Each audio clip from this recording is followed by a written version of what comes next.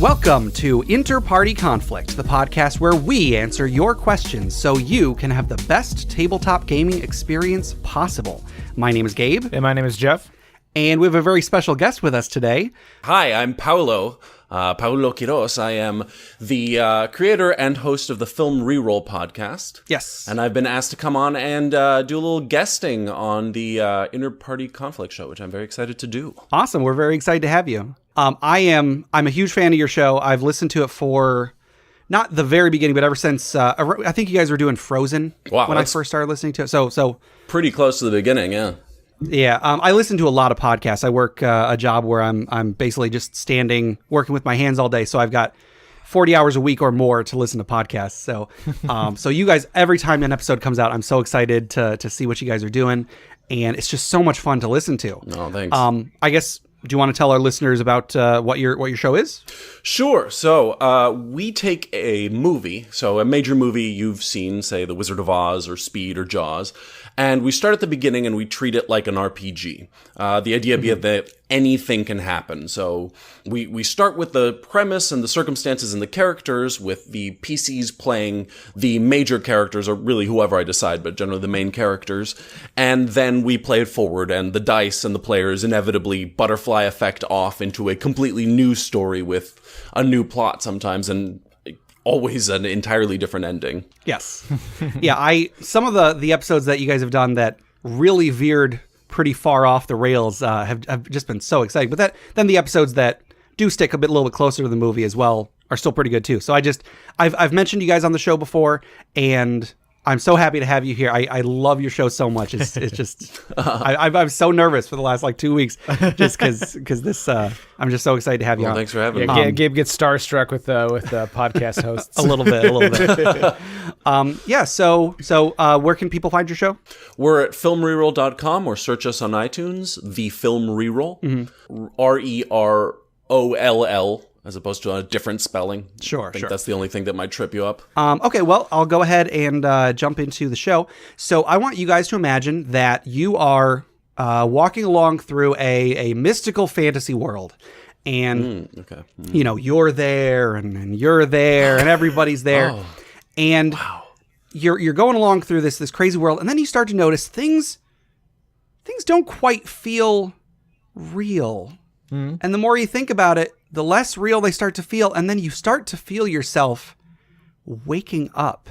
Except, oh dear, you're not waking up at home. When you open your eyes, place like that. When you open your eyes, you look around and you see the reflections of gold and gems all around you, and you realize that somehow or another you have awoken into the dragon's horde.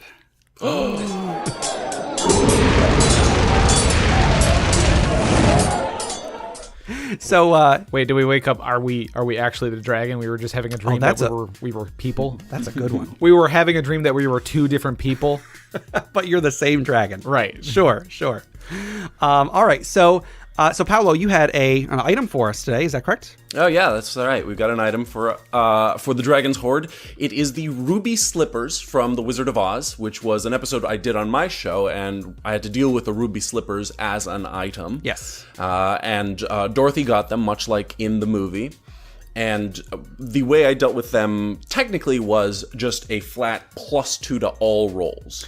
Which is a crazy bonus. Yes, and I don't think we mentioned before, but when you guys play, you use GURPS rather than something like Dungeons & Dragons.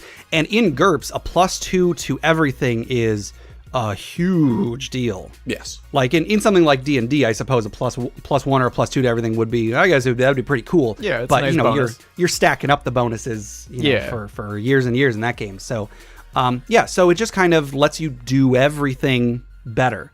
Yep. And I'm kind of curious, what made you choose to do that as opposed to giving them some sort of a specific ability? So the shoes did have abilities. They did manifest in many ways, which she would slowly discover. There were many different ways that she could discover the abilities of the shoes. She didn't get a whole ton of depth into that, although they did allow her to do things that she couldn't have otherwise, although I left kind of nebulous in the story how much of it was inherent to Dorothy and how much of it was the shoes. Sure. The reason I did them that way was a few reasons. +2 from the start, just straight up, makes them an enormously powerful item. And kind of from a narrative structure, something that I was interested in was the idea that they would slowly, and they didn't really go down this path, but the idea that they would slowly discover the lore of the shoes and discover how powerful an item they were carrying. Kind of a Lord of the Rings thing. The ring's there from the beginning. You don't you know it's powerful, but you don't realize how important it is until you start getting into the story. So that was something that I was interested in. The flat +2, which was very powerful, was kind of a help for the fact that the characters in that movie are pretty useless, and Sure. it was a real challenge in designing Wizard of Oz as a gameplay experience that, well, I have to go with what the movie gives me, and what the movie Wizard of Oz shows me is that these characters are idiots. So a flat +2 all around was just kind of a way of being like, well, here now you can do some stuff. Like with a +2, suddenly it becomes like, oh, you can kind of do some things. A flat +2 is also very kind of game breaking in a way, because you can kind of do stuff that's not a balanced approach to how you build an item, but it was fine because I was giving them to Jaws, who is not an expert in the system and also not a kind of min-maxy. She's very much, she's an actor. She's in for the storytelling aspect. She wasn't going to try and break the game. Whereas if, John, a different of our players who is an RPG guy, had gotten them, oh yeah, he would have immediately started to figure out how he could break the game with a flat +2. Sure. And I have some more questions about that, but I'll actually get to that later on in the episode. So you took something that everybody is probably very familiar with. I'm pretty sure everybody's seen The Wizard of Oz. In some form or another. In some form or another, exactly.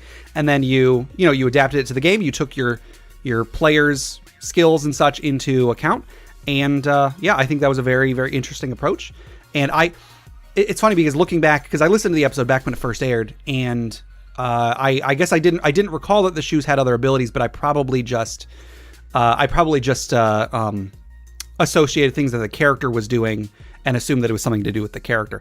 Now, feel free to say no, but do you maybe want to tell us what some of the things are the shoes could have done had the players explored them more? You don't have to, because I know you guys, there is a potential for you guys to go back to that. But if there's anything you are willing to tell us, I'd love to hear it. Yeah, I don't super remember. They didn't notice that they didn't really go into from the movie, the tap 2 times, there's no place like home. I did intend the shoes to, if they had gone down a certain, kind of magic tree, to eventually give them just complete teleportation powers. Oh, okay. Canon from the movie, these can actually do that. It wasn't just a dream. Like, that is right. Part of what they do. There was, she was able to, Dorothy could also access the magic more readily than everyone else because of who she was within that world. But if the using them as a weapon was something that first occurred to them, but they had, they could manifest attack abilities. I don't really remember a ton. That was a while ago now, so I don't remember many of the specifics. But I had given them sort of different possibilities that it would be unlikely that they could kind of unlock all of them because they were in very different places. But I had intended them to be able to slowly realize through, reading lore here and there, or through asking if that was a path they went down, that they could power up that as an item a lot. Sure. All right. Okay. Well, I think I think that can be enough for the Dragon's Hoard. So, Jeff, if anybody else wanted to submit items for the Dragon's Hoard, or stories for the funeral pyre, or questions for us to discuss, how would they get those to us? They could send us an email at interpartyconflict@gmail.com. Yes. So before we go any further, we have a giveaway today. So this week, as always, we are giving away a copy of Chapel on the Cliffs from Goblinstone. It's a low-level 5th edition D&D adventure. So, Jeff, who is our winner this week? Our winner this week is Steve A. Whoa, winner. Gobble, gobble, gobble. Yes, congratulations, Steve A. You should get this within the next day or two through your email. If you don't, let us know, but be sure to check your spam folder. And be sure to let Goblinstone know what you think of it. If you like it, if you don't like it, let them know so they can continue to make great products. And if somebody wanted to enter this drawing, Jeff, how would they do so? They can send us an email at interpartyconflict@gmail.com with Chapel on the Cliffs in the subject line. Yes. And I also want to mention that we have a Patreon. If you enjoy listening to our show and you'd like to contribute to the show and help make it better, you can go to patreon.com/interpartyconflict. We've got a few different tiers. We've got a $1 tier, a $5 tier, a $10 tier with varying rewards, outtakes, bonus episodes, monthly Roll20 game, all sorts of stuff. So check that out. Patreon.com/interpartyconflict. If you see anything that you like, you can help make the show better and get some bonus content for it. And also I want to mention to check out our friend podcasts. Check out Crit Academy at critacademy.com.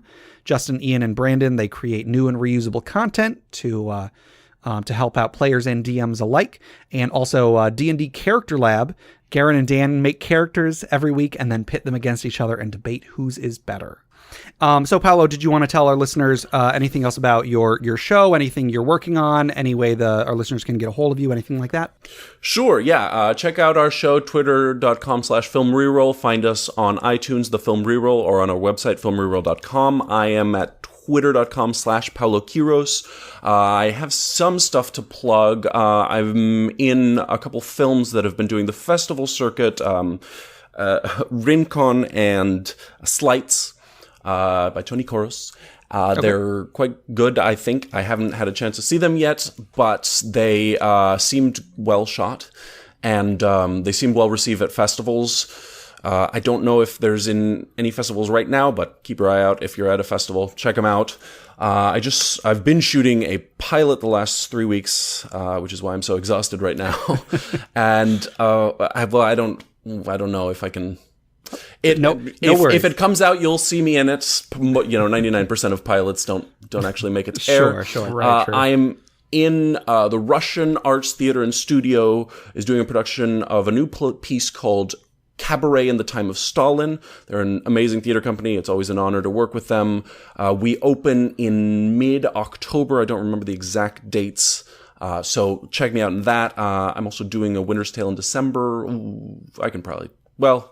I'm most likely doing a Winter's Tale in December. Okay. If that doesn't happen, we'll see. But sure. Yeah. Just check me out at twitter.com/Paulo Quiros. I remember to plug my stuff there like 45% of the time. Sure. Because you're seems like you're really big into to acting primarily. I did some high school theater when I was in high school. I did a little bit of community theater after high school. In fact, that's how I met my wife. But other than that, just a lot of gaming experience and so on. Well, a lot of writing too. Yeah. All right. Well, let's go ahead and get into the episode, the main chunk of the episode. So we're going to be doing this a little bit differently than we normally do on this. I thought, because I would just love to hear how you make the film reroll. So what I'm going to frame this as the question: what are some tips you can give for translating a movie into an RPG? And then I do have some little ancillary questions to ask you as well. But just if you could give us just kind of a general, what's your process for when you're going to be doing a given movie? How do you do it? For me, the main thing is starting from the movie. So I watch the movie a bunch and I take notes, and I start really by asking myself questions about the movie. And this is kind of my process as an actor as well. When I start working on a new play or a new movie, I'm, read the text very, very carefully and ask every question that I can think of, and then try and answer it with the evidence in the text. And the same applies to, watching a movie, because what I'm really building is my knowledge of the world, my understanding of the world. Mm-hmm. And so anything that I can answer from the text, I do. And, I note that down. Okay, so why did this character do this at this point?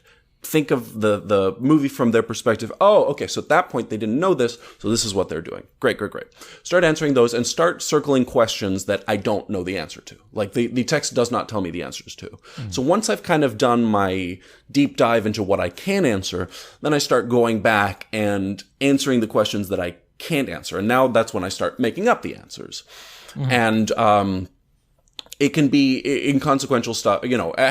Actors sometimes get made fun of for the like, knowing what your cousin's name that isn't in the play. Like, my cousin, right. he's Jeff, and I have two of them. And it's not because that that knowledge is helping me act better. It's really, for an actor, that's because I need to feel like this world is real.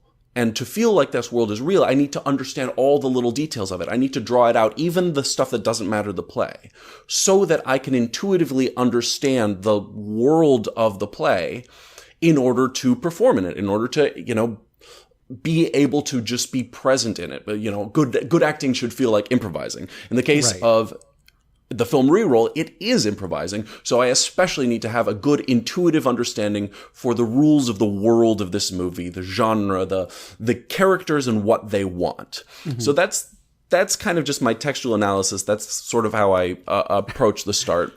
Sure. At that point, I then think about well, it depends a lot on the story, kind of what needs more development than others. Some movies are, lead me in one direction, some movies lead me in another, but then, draw out the map of what is the geography of this world, where are the places they could be, and write the character sheet. So the movie should give me all the textual evidence I need in order to figure out who this person is and how that plays out on the sheet. And you get a lot of leeway here that you get to kind of decide what kind of a game you're playing. So for instance, let's say we see this character shoot a gun once and he hits someone. So at that point I can decide, he's really good at shooting, or I can decide he's okay at shooting and that was a good shot. So you've got a lot of leeway there, and based on those numbers, that's going to kind of dictate the flow of the game. If your characters are really good, it's going to be more like an action movie. They're going to be doing crazy jumps and flips and shooting stuff. If your characters aren't very good, they're not. So those numbers kind of set the grittiness, set what kind of a world it is, along with, my own narrative and whatever I add to it. These are ways that I kind of set the genre of the world. Now, it's really important to me that everything comes out of the players. I really try not to guide them in one particular direction, because our show is about starting from a known story and deviating. Mm-hmm. I think that the most satisfying way that things can happen is if I let the players do whatever they want to do and then apply the consequences and be ready to see the consequence of an action and play that out. So, and then that requires me kind of intuitively remembering everything about the movie and where they are and what order events happen in. So I just have to understand the movie very well. I usually come up with a lot of just brief sort of story ideas, like, what could happen if this happens? What could happen if that happens? But I think it's really important to not spend too much time on those for several reasons. One, because I don't want to pre-write the stories. These are improv exercises. They should happen organically. And it's usually sort of wasted time because the players inevitably surprise me. I can't predict their actions accurately, but it is kind of useful to do a little bit of that just to sort of orient yourself on like the major turning points of the story and broad strokes where it can go. And then I plant a lot in the geography and in the back story, the back matter, the possibilities there.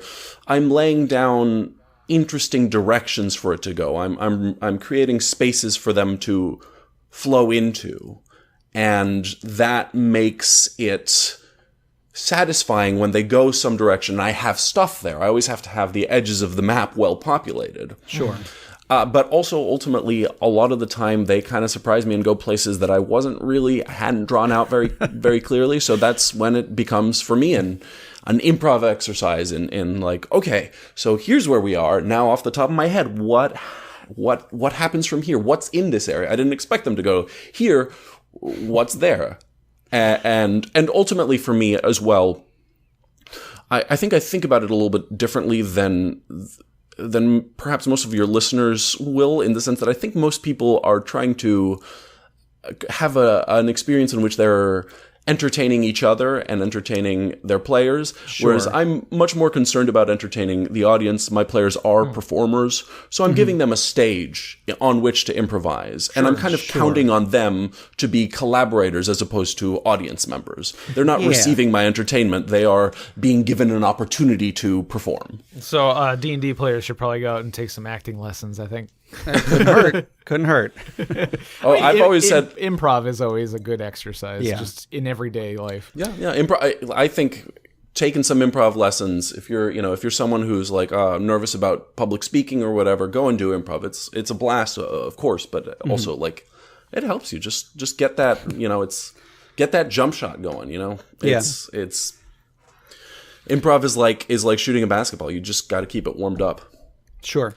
Yeah, we've talked before about players as collaborators rather than players as an audience, because a while back I remember I went on quite a rant about DMs wanting their players to pay them, and I'm not a fan of that, because I feel like in the best D&D games or whatever game you're playing, I feel like it shouldn't just be that the DM is or the GM is putting on a show. It should be that the players are building the world as much as, not necessarily as much as the GM is, but to some extent.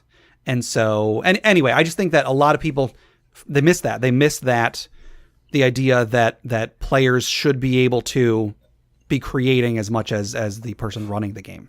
Well, I think that both forms are valid, and I think that they lead to different types of experiences. And I never mean to demean those who are like, well, I want the GM to create me a dungeon, and me and my friends are going to strategy our way through it. Like, I think that's a very valid form of entertainment as well. It's not what we do on our show for the most part, but it's if that's what you're into, definitely, performing is work. We have fun doing it, but like, if what you want is a relaxing experience, then probably you're going to have more fun with a GM who's kind of designing you a game as opposed to trying to make you create a story with them. Sure.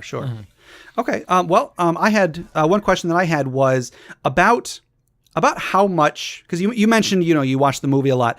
How much time do you spend preparing a film before you do a reroll of it?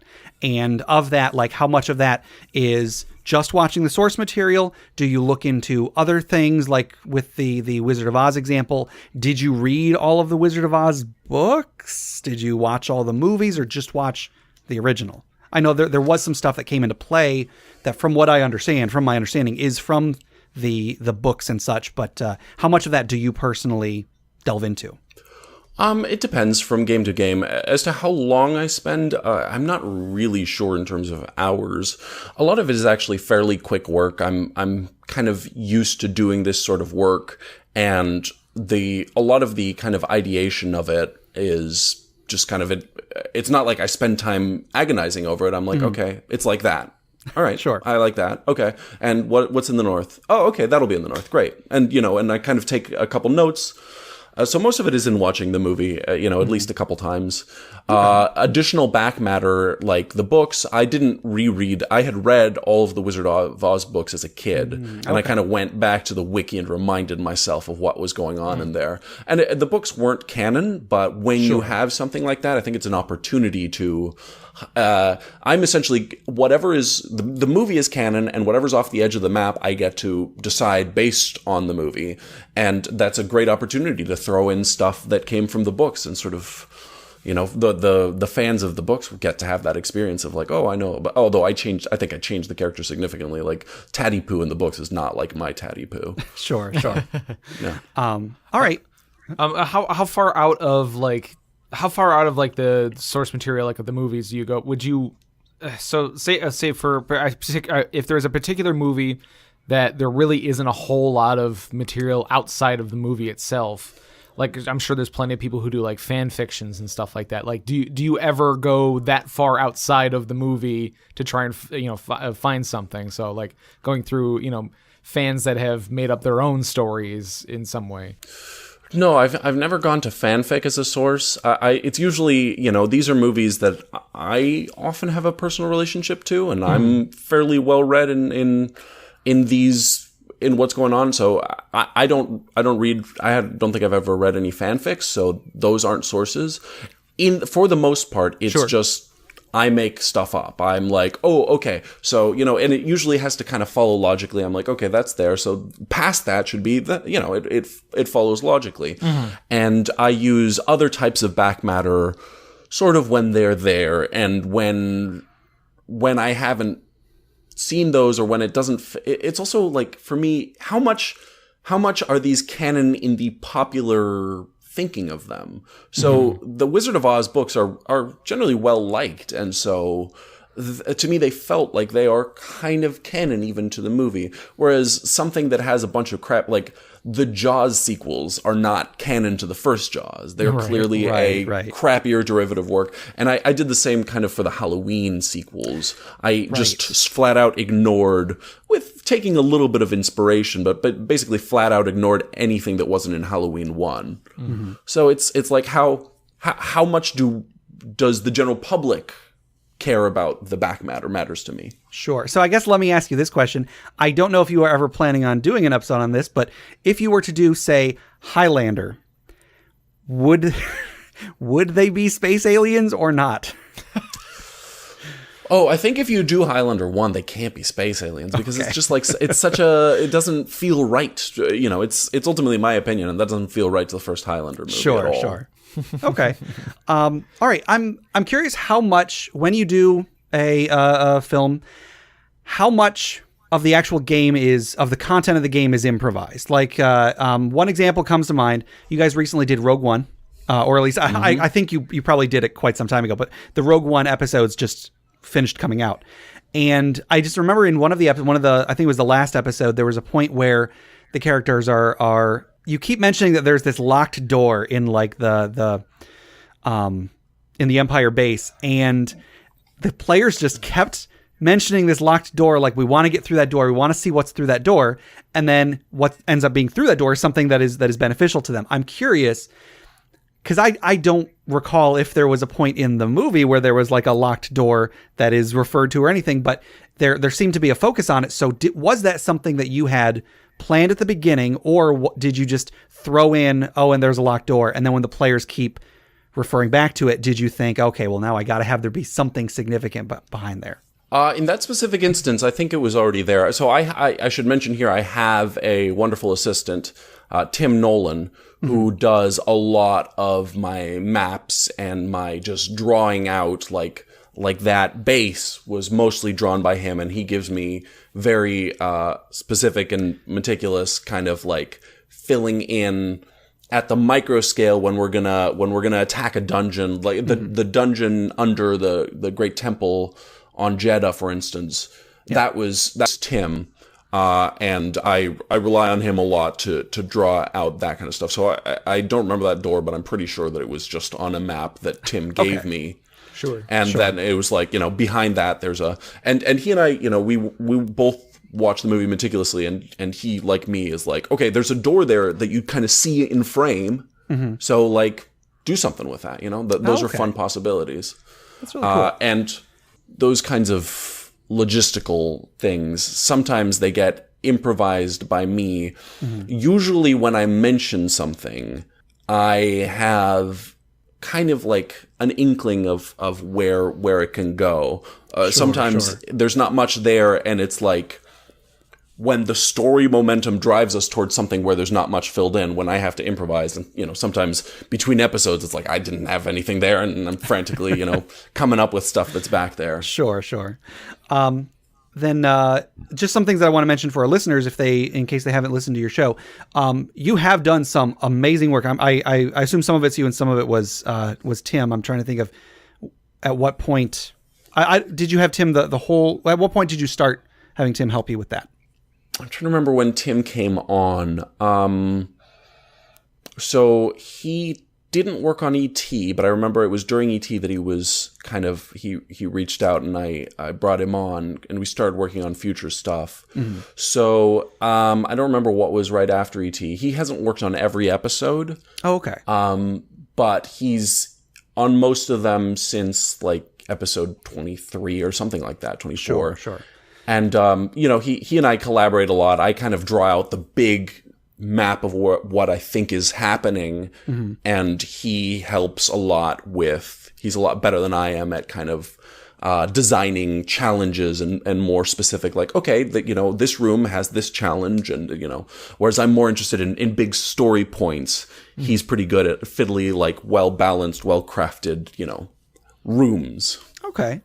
Some things that you did that really impressed me. I remember when you guys first did your Jumanji episode, I was raving about that on this show because I just thought it was so cool. You had like built or not necessarily built, but you had planned out an entire board and you had something set to happen on each and every space because, of course, the players in your game aren't necessarily going to land on the same space as the characters in the movie did. And that blew my mind. That was amazing. And then that you was also, a lot of fun. Yeah, and then you guys very recently did From Dusk Till Dawn, and in that you had statted out essentially every person that is in the bar in that movie, and then you had alluded to some of the characters just being like normal people, some of them having skills that were in the movie, some of them having skills that were not in the movie. So if a player character died, they could choose at random which NPC they wanted to be, and they might end up being a character that had some sort of a cool ability that wasn't part of the movie. Yeah. Just the amount of work that you've put into these, you or Tim or both have put into these. It's amazing. I love it. It's so good. Well, both of those were just me, and those were I loved working on those. Right. The Jumanji board was a ton of fun. That one's still sitting under my bed. We're gonna get to Jumanji 2 eventually. Oh, I'm so excited. And yeah, I don't know. I was like, once I had the idea for Jumanji, I was like, oh, I'm going to make the whole board and I got to come up with a rhyme for every one of them. And it was like, I was a blast to do. And actually the idea for Dusk Till Dawn kind of came from Jumanji in the sense that I realized immediately that they were very unlikely to do the time jump that happens in the movie because it's on a dice roll. Sure. So I was like, probably most of this story is going to take place in 1960, whenever it was, 69. Mm-hmm. And so I was like, well, then we only have 2 PCs to start, but the game needs 4. So I decided to come up with a bunch of townspeople that they might enlist. And I was like, oh, and it's fun if some of the townspeople are kind of useless and some of them are good. And I can then like kind of let the players know, like, sort of on to you, like, who do you think is going to be a good PC? And ultimately, it's just kind of the improv of the moment. Like, they weren't really choosing specifically. They ended up with the 2 house staff being the other 2 players.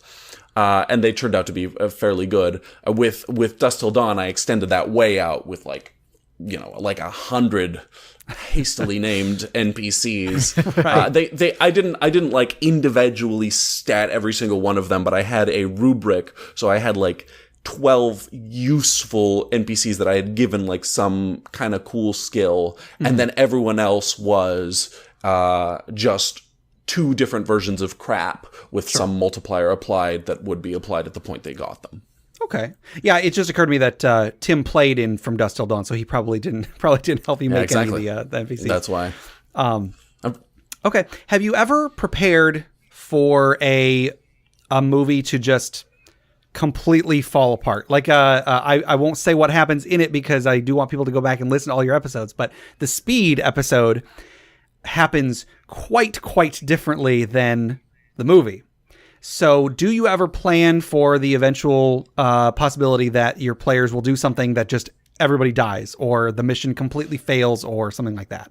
It's always a possibility. I don't necessarily want that to happen because I'm always worried about being dramatically satisfying or at least comedically satifying as we're going. Right. And it's kind of challenging to have a total party kill out of nowhere be dramatically satisfying. That's a tricky thing to do. So, but I've got to allow it. I tend to be slightly kind because I think these movies are slightly kind. So it depends on the movie. If a movie is more likely to kind of enjoy killing its characters, then I won't be kind. Sure. But something like Speed was, I think, a kind of middle kindness, and a different thing happened. But like, Back to the Future 2, our very first episode, was a good example of something that was just like, that's it, the episode's over, but felt totally satisfying to me. Yeah. But it's hard to go to that well a whole bunch. I think the show would be a less good show if half our episodes ended with total party kills. I suppose so. Yeah. Yeah, a lot of time in movies, like, characters have plot armor, so you kind of have to be nice just to kind of emulate that plot armor, where it's like, in most situations, a person would die if they fell that far, but main character, they're alive, they're fine.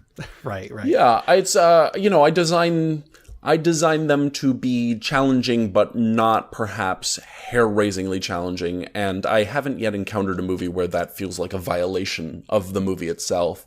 And if it did, I would just be like, this is... you just have to be ready to take whatever's happening and find the thread in it that makes it feel like, shoot it from the angle that makes it feel dramatically satisfying, so that whatever events happen seem like they're a fun story, as opposed to just random events happening to characters because of dice rolls, Okay. When we were talking about the ruby slippers earlier, you made mention of you were okay with giving what is essentially like a really, really powerful item to Jaws, one of your players, as opposed to if you were to give it to John, for example, since he's more GURPS savvy, I suppose he would probably break the game a little bit more than Jaws would. How do you guys usually determine who's going to play who? Is it just who do you want to play, and so on? Or is there any sort of criteria that you use to say, well, this player should probably play this character, and so on? I just decide. It's casting. It's like doing casting is what's going to make the best experience, what will be funny, what will be interesting, balancing the kind of the types of players we have, because people approach the game very differently, balancing that with the type of movie it is, so that, a movie that if I get this group of people together, we're going to be chatting and talking about movies and joking. If I get this group of people together, we're going to have a much more tight, like, story-focused experience. And knowing that helps me kind of know what I'm trying to do. Although usually it's very dictated by scheduling. My cast are very busy and hard to schedule. But so yeah, giving people the circumstance in which I think they will shine the most. And sometimes my players come back to me with like, "Hey, I really want to play that guy instead," and I'll be like, well, usually I'll be like, "Yeah, sure." Okay. But for the most part, I just kind of said it, and they're like, "Great. I don't remember that movie. I'm going to watch it." Sure. And they all watch it the night before. Yeah. Okay. Yeah. Well, just one episode that stands out to me as just being like, I thought the casting was perfect was Homeward Bound.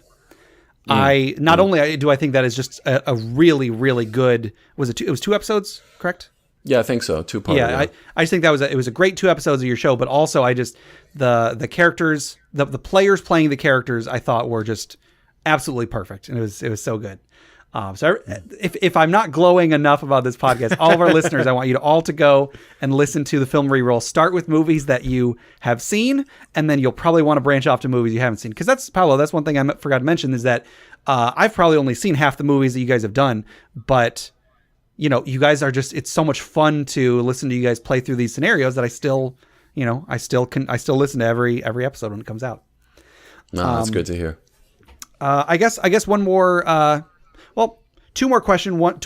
One that is related to your show in particular, and then another that is maybe just a piece of advice from you to our listeners. Is there a limit to how long you would let a reroll go? So, like I mentioned, Rogue One. Rogue One was 5 episodes, I believe. No. Is there a limit to how far you would want to go, or how far you would let it go off the rails before you're like, well, this started out as, I don't know, a Western, and now they're in space or something? Like, what is there a limit to what you would let the players do before you do want to sort of try and get them onto some sort of a track? No, I want it to go crazy always. I mean, for me, it has to feel organic, and my improvisers all, are mostly on the same page with me in terms of how much their actions kind of reflect the genre and the experience of the movie and the desires of the character they're playing from the movie. But if it feels organic from those starting points, I would love it to go as far as possible from the movie, become something totally different. That's when it's super exciting to me, is when we do.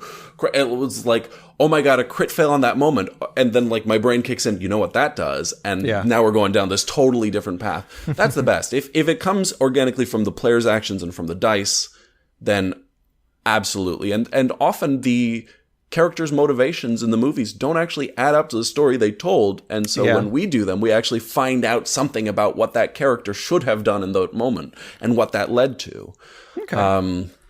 What was the other? And in terms of length of the episodes, I don't necessarily want them to go longer than 5 or 6, but I would never try and kill the story. Rather, sometimes I will just kind of say like, okay, that's the end of this movie, but we're going to come back with a sequel. So I'll leave it on a good movie cliffhanger, but I don't want a single campaign to just sprawl on forever. Sure. Okay. And then I guess I just have a question for you that is, if you can give our listeners some just general advice, what are some tips you can give to get their players to engage in the game world more? Because, I think it's probably largely because the people that you play with, I'm guessing you guys are all friends. You guys are also all actors, at least to some extent. And so the players are very much, they do interact with things that are in the world. They do, come up with things that their characters might be doing that then create more story and so on. One thing that I have run into with a lot of the groups that I play in, which since I seem to be a common element in all these, very well might be something with my DM style is at fault. But I always feel like my players rarely engage. I'll try to interject some NPCs in here, but then the players don't always talk to them. They don't always explore the world. What are some tips you can give for someone who's running a game to get their players more involved, or tips that you can give for players to involve themselves more in the game? I know that's a big question, so if you need to take a moment, or if you don't have a great answer, that's fine. I just figured I'd ask. Well, I can try and give an answer. I don't know if my answer is going to be particularly helpful, because that's not an issue for me in the sense that we're putting on a show. It's a performance, and everyone knows they're in show mode. We're jumping in. We're at high energy. We're trying to create a good listener experience. And so it's not something I consider a challenge. If I had someone that I needed to motivate to engage, then they wouldn't be on my show. Okay. Sure. But I will say that I think that there is a lot that I can do well or I can do poorly that helps the engagement of the players. And part of that is I'm just being aware of I'm driving this ship. Mm-hmm. So if I let the energy dip too much, and I've got a lot on my plate. So often when we go onto a rant or a side conversation, I'm kind of chatting, but I'm also like frantically looking at my notes, making sure I know everything. Sure. So it's hard because I'm driving and I'm also, texting at the same time, which you shouldn't do, kids. Don't text and drive. It's not safe. Right. But that's my experience of it. And when I succeed is when I find that balance. When I'm like, okay, we've riffed for a little while. This is fun. I'm going to let this go. And the energy's dipping. Okay, boom, come in strong with the next beat. Something's happening. Mm-hmm. And my vocal energy is what the players match. So bringing my vocal energy up, keeping in that performance mode, which can be difficult on a long recording session when I'm like exhausted and trying to think of 1,000 different angles on what's happening. But keeping my vocal energy up, keeping myself engaged physically to keep the energy of the table up really is important to me. Also, I'm creating stages for my players, and I'm okay, we've landed in this scenario, and now there's an opportunity for a scene to occur, or for a player to have a wacky idea that, is like, oh, what if I, try and do this? So sometimes comes up situations where the story has not given us a clear next thing to do. And so now I'm relying on my performers to... You guys are making the show now. It's not obvious from the story what the characters should do or where to go next. You guys go. And doing that is a lot of fun for me. I think it should happen in every episode, that there come moments where it's just, what should the players do? Because I don't want rails at all. I want it to always be organic. Everything is a possibility in my show. But if there's too many of those, then suddenly the players are just tired. The players are just like, even the best performers eventually run out of steam. So me having a balance of that, of throwing them things that happen because the world demands them to happen at moments when I feel like maybe their energy is lagging a little bit. That's important. And it's different for everyone. I'm hyper aware on the level of we're trying to put on a show. It's radio. Any gap of more than 2 seconds feels like a lifetime to me. Right. And I don't think that most people are worried about it to that degree, but the same thing that's true on the radio is true for a game. If the energy sags, it's hard to get it back up, and you have to purposely bring it up. And if you're going to the tool bag to bring it up on purpose too much, it starts to become impossible. So you got to try and keep it high. You got to try and keep it gliding. Know when to take a break. Know when people just need to all right, let's take a mental break, time out, and bring it back in. All right. Awesome. Cool. Anything else you want to say about your process or anything like that? No, I think we covered a lot. Okay. All right. Well, that'll do it for our normal questions. Small bit of timey-wiminess here. Paolo actually had to leave, so we're recording this part after he has left. Right, yeah. So stay tuned for when he'll be back in the next segment. So we are doing our social media discussion questions next. So last week's social media discussion question was actually inspired by something that I have done in an actual game, but I was curious to see what our listeners had to say. The question was, have you ever played a character with a psychosis, such as an irrational fear, multiple personalities, an obsession, etc.? What was it and how did it go?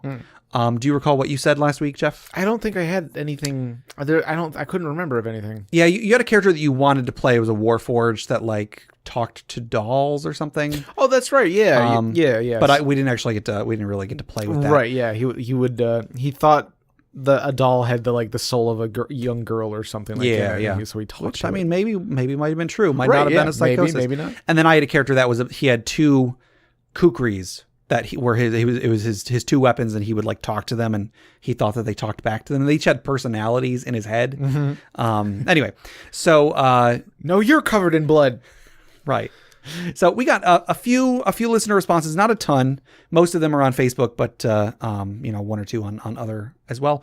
So first up, Adam B said, we recently played a game where my character had an irrational fear of livestock. It resulted in a fireball at a sheep mid-game. The other players found it hilarious, and if they wanted to manipulate him, they used minor illusion to cause him to panic. Oh, no. Lath on Facebook said, I personally have not, but one of the guys I play with has. He's playing a necromancer, and we were in an underground old abandoned city, and he found a dwarven skull. He gave it a voice and the name Matilda, and would bring his hand up like he was holding a puppet and talk to Matilda.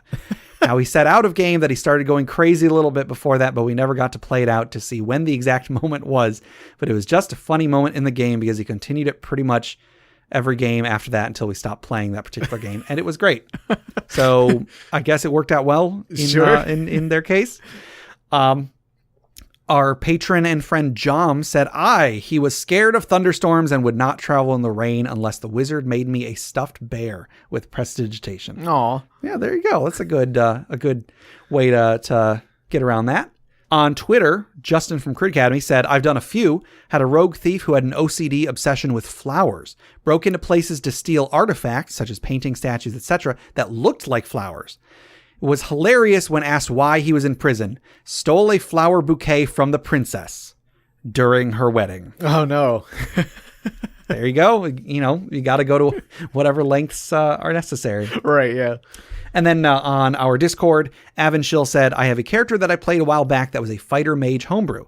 This class had a basic transformation that magically boosted some of the PC's abilities. However, I put in her backstory that the first time she ever learned to transform, she was currently fighting off possession of a demon. The demon was later purged, but from then on, whenever she transformed again, I'd roll a percentage to see if she was sane or if she went berserk. Basically, there was no berserk mechanical benefit, but she had a hard time discerning friend from foe if she went berserk. So yeah, I think that's interesting. It's a way to give it something to your character, but not necessarily something mechanical because of it. Yeah. But So, there were a few more, but I think from now on, we're going to try to just kind of focus on one or two from each platform from now on. So, cut on the time a bit. Yeah. So the discussion question for this week is, what is your process for coming up with character names? Oh, no. So, Jeff, if you take your time, we'll be here all day. Let us know. No, if you don't have a good answer, that's fine. Well, my answer is I don't have one. Okay. I'm really bad at coming up with names. That's fine. For me, a lot of the time it's just kind of, I think of if an interesting sounding word pops into my head, I'll change a couple letters and be like, oh, that sounds like a cool name. Sure. What I try to do, and I'm just terrible at coming up with names, is like I'll try to think of an object or something that is related to the character in some way, or I just try to find creative ways of like naming it something that has to do something with the color green. Sure. I just like things that I like personally. I'm like, okay, try to find, like, I go through like a thesaurus or something, trying to figure out like, what's another way of saying green or turtles or something, and like, or robots or whatever. It's like, his name is Tom. His name is Tom. There you go. There you go. Hey, see, figured it out. Okay, I got there. Yeah. So I am curious to see what our listeners have to say, because I don't really have like a tried and true method. I just kind of, something pops into my head, I change it up a bit, and that's a name. So, so listeners, let us know what you think about that. So I guess that'll do it for questions. So let's take a deep breath. Let's sit back. Let's think about those who have come before us, who have maybe given their lives so that we may have a better game to live in. And let's throw another log onto the funeral pyre.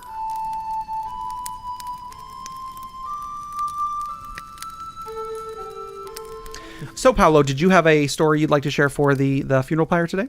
Hi, kids. Yes, I do. Hi, I'm back through the magic of editing. No,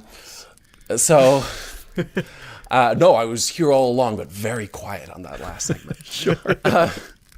I was gonna maybe try to downplay the fact you weren't here, but let's lean on it a bit. While they were doing that section you last heard, I was downtown at an industry party. It was amazing. There you go. I'm eating champagne and cheese. Eating champagne. Well done. And drinking cheese. Yep. Drinking some cheese. It's going to be a party with a lot of those spray-on cheese right in the mouth. Sure. It's gross. Let's ignore it. Let's cut all this. Okay. So funeral pyre. So our wonderful host asked me to come up with a story about a character death. Mm-hmm. And the one that popped to the top of my head at the top of the show when we were talking about this is one time, and this will be interesting because if you know my show, this will be interesting. It involves the one D&D campaign I have played, which was a fairly long D&D campaign, and probably the reason that I even have an RPG show, because it was a ton of fun.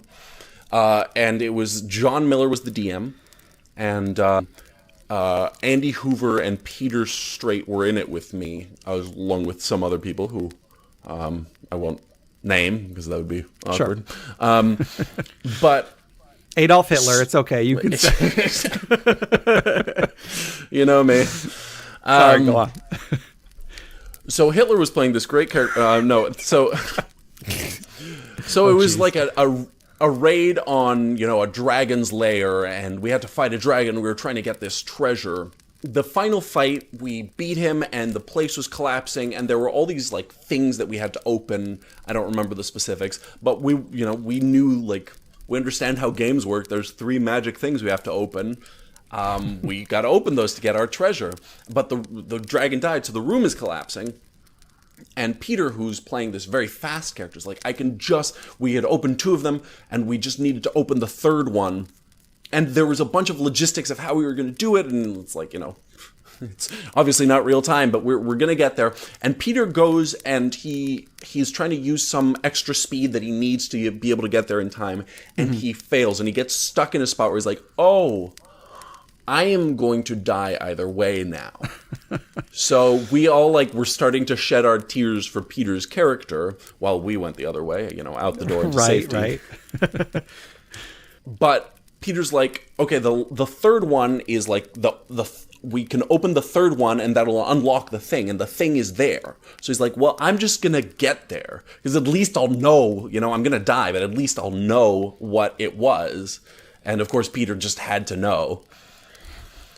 And so he sprints his way over there. He has to roll for it. So he unlocks the thing. He opens the third thing, which opens the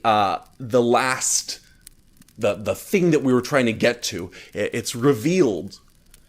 And John very, very coyly tells us that it's a mirror, he says.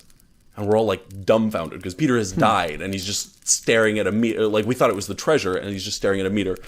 And Andy, the wittiest man in show business, just pops in without a beat. He says, "Oh, the treasure was you all along." And we died laughing. Okay. And of course, it turned out later that it was really just like the mirror was supposed to show something on a scroll that we had, and he figured that out, but he didn't have the scroll with him. Oh. The scroll was with us. It was, on a different one of us, and the room was collapsing, so he couldn't go back and get the scroll. Yeah. I cheated here because Peter didn't actually end up dying because he cleverly put himself somewhere where the rocks, he took some damage, but not lethal damage. Sure, it was a little alcove situation. But he was prepared to die, so. But yeah, that's close enough as far as I'm concerned. He was prepared, and yeah, that's what you want in your players. All right, then I guess let's raise a glass in memory of. Sorry, what was Peter's character's name? Do you recall? Oh man, he's gonna be so mad at me if he hears this. I don't remember the name of his character. I'll cut this out. That's fine. He can be mad at me. Then let's raise a glass in memory of Peter's very fast character who found out that the treasure was the friends he met along the way. Clink. All right. Red Wing. That was his character. Red Wing. Okay. Well, it's too late now.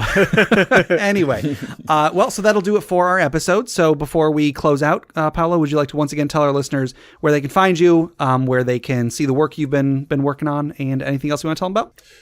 Yeah, so find me at twitter.com/PaoloKiros, or twitter.com/filmreroll, which is the whole show's Twitter.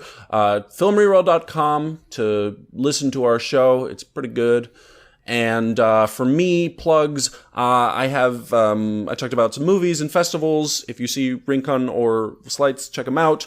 Definitely come see Cabaret in the Time of Stalin at the Russian Arts Theater and Studio, opening in mid-October. Mm-hmm. And I think that's all that people can actually go see at the moment. So okay, and you guys, I'll leave it at that. You have a Patreon as well for the Film Reroll, correct? Yeah, we have patreon.com/filmreroll. I mean, yeah, check out our show, and if you feel like, don't jump straight to the Patreon. Sure. Check out the show first, and if you're into it, we love to get donated to. It's the best. And it is a very, very good show. Definitely worth donating to if anybody would like to. So I highly recommend it. So thank you so much, Paolo, for coming on the show. Thank you for having me on. To submit questions for us to discuss, items for the Dragon's Hoard, or stories for the Funeral Pyre, please email us at interpartyconflict@gmail.com. For show notes, links to media mentioned on the show, and running lists of questions and magic items, go to interpartyconflict.com. Join the discussion on social media. Find us on Facebook, facebook.com/interpartyconflict, our subreddit at reddit.com/r/interpartyconflict, or on Twitter at InPartyConflict for our weekly social media questions. Your answers might end up on the show. Find us on iTunes, Google Play Music, Stitcher, YouTube, anywhere you download podcasts. Please rate, review, subscribe, or just tell a friend. If you'd like to support the show, check out the rewards at patreon.com/interpartyconflict. There's a few different tiers, so anything you can spare, even $1 a month, would go towards making the show better, and you'll get bonus content for it. Jeff, tell us about FriendQuest. FriendQuest is our YouTube channel where we play video games. Yes. Currently, planning on doing the 3D Zeldas. Awesome. I like him a lot. Griff does not. Oh, okay. He's got some issues with them, and I'm not going to say I would disagree with those issues, but I enjoy playing the game, so I'll be playing through them, and Griff will be doing commentary. Sounds good. And I very recently, I guess by the time this episode comes out, it will have been over a week ago, but I put up the second episode of the Arcade Memories podcast. Mm-hmm. At the moment, that's the last episode, because I've used up all of my content. So if anybody listens to it and they enjoy listening to it and they want to hear more, the best way to do so is to send me your arcade memories, or tell your friends, have them send me their arcade memories. So the more of those I get, the more I can make more episodes of this show, the longer it can keep going, and so on. So I love making it, but I can only do so if I have content. Sure. You know what I mean? So yeah, if you have any stories you'd like to submit, send them to arcadememoriespodcast@gmail.com. Also, head over to bit.ly/InterPartyConflict to take a short survey about our show, what you like, what you don't like, etc. And just for taking it, you'll get 2 free printable board games courtesy of Mary and Tom over at hollandspiel.com. And our music is made by Boxcat Games from Nameless the Hacker's RPG. And so, Paolo, until next time, never forget how much I love you. Thank you so much.